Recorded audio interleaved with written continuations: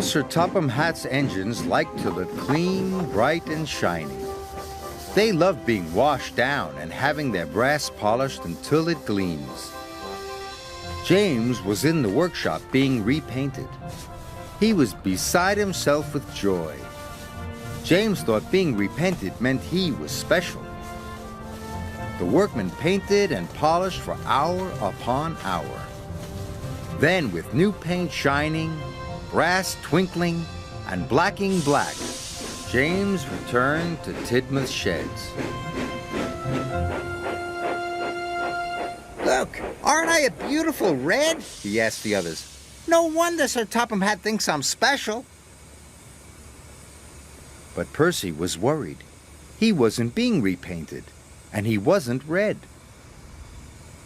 Does this mean Sir Topham Hatt doesn't think I'm special? He asked. Looking splendid is not the same as being really useful, said Thomas firmly. But best of all is being really useful and looking splendid, like me, said James cheerfully. Before Thomas could say anything else, James closed his eyes and fell happily asleep. The next morning, all the engines were very busy. Percy was working at the coal plant.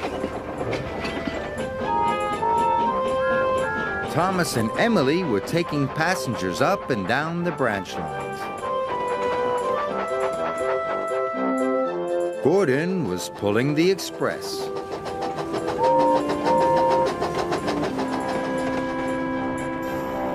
Sir Topham Hatt came to see James. He told him to join Percy at the coal plant at once. The coal cars must reach Brendam docks before the boat sails, so no dilly-dallying, he said. Yes, sir, said James, and he set off at once.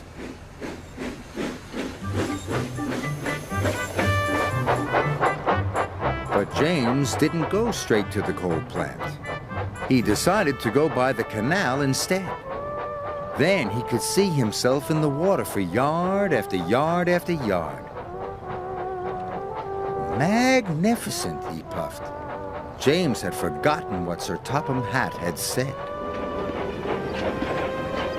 At the coal yard, Percy was working as hard as he could, but he was falling behind.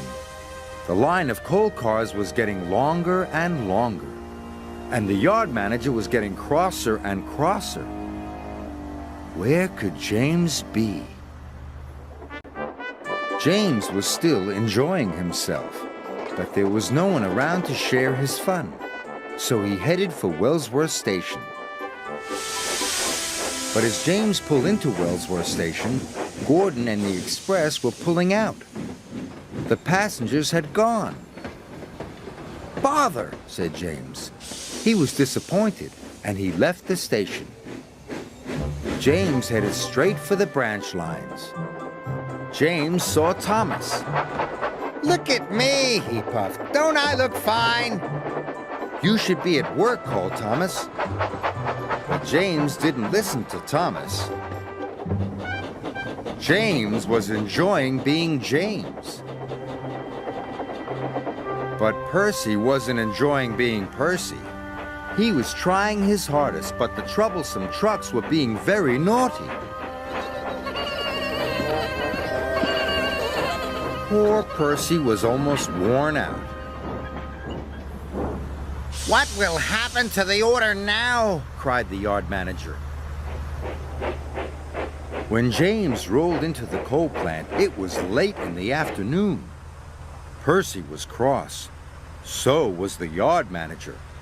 To make up for lost time, he said, you must take an extra long line of coal cars to the docks. James was delighted. The docks were always bustling with engines and people. It's the place to be seen, he said. The troublesome trucks are being very naughty, warned Percy. But James still wasn't listening.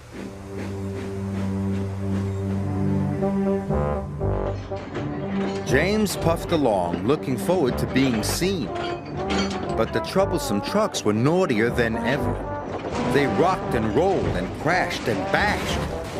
James's face was soon covered in soot.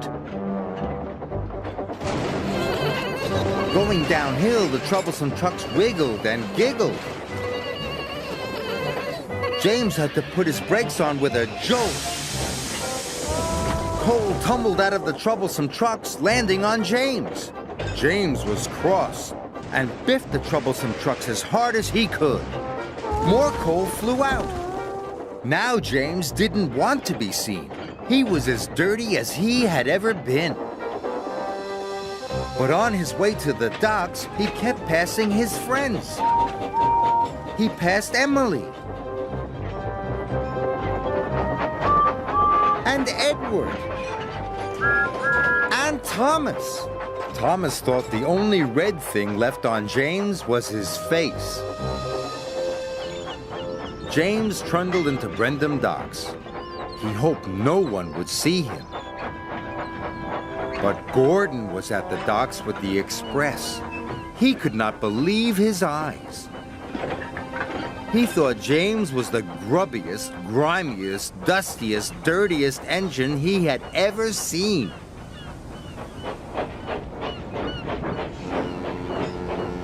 Percy arrived safely with the last of the coal cars.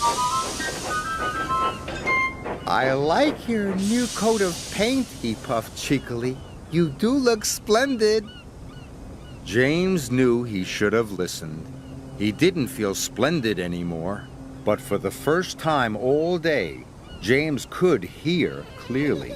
He could hear the sound of the troublesome trucks giggling at him. And despite feeling foolish, even James had to smile.